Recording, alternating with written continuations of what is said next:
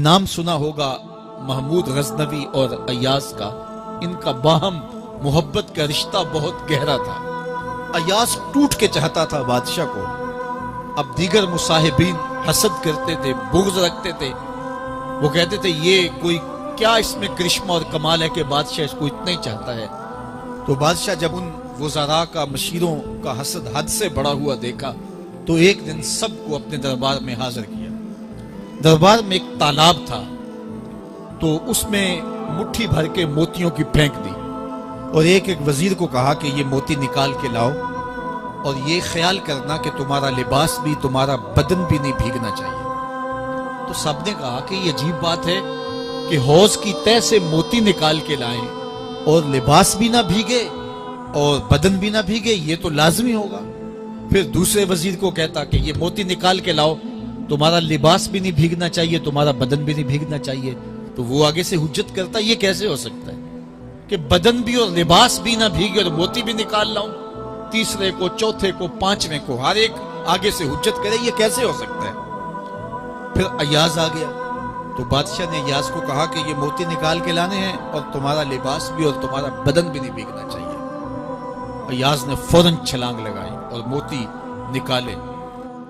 جب باہر نکلا تو بدن اور لباس پانی سے نچڑ رہا تھا، تو ایسے موتی بادشاہ کو پیش کیے اور بدن کپ کپا رہا تھا۔ تو بادشاہ بڑے غصے سے کہا کہ ایاز تمہارا بدن بھیگ گیا، تمہارے کپڑے بھی بھیگ گئے، میں نے کہا تھا لباس بھی نہیں بھیگنا چاہیے، کپڑے بھی نہیں بھیگنے چاہیے۔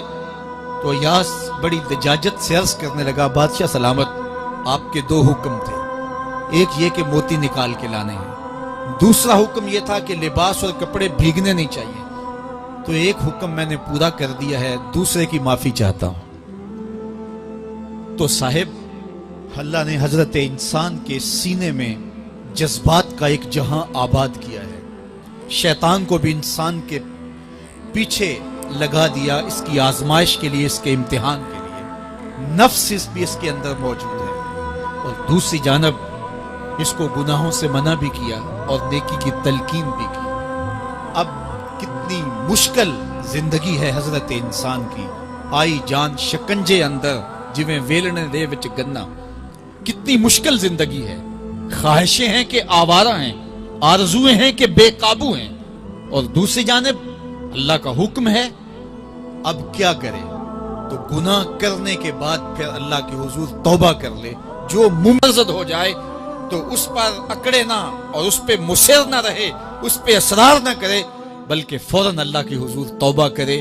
گناہ کرنے کے بعد بندہ جب توبہ کرتا ہے، التائب من الذنب کمن لا ذنب لہ، تو وہ ایسے ہوتا ہے جس طرح اس نے گناہ کیا ہوا ہی نہیں۔ بندہ 100 بار گناہ کر کے توبہ کرے، اللہ 100 بار معاف فرما دے۔ وہ کریم ہے، 70 ماؤں سے زیادہ پیار کرتا ہے۔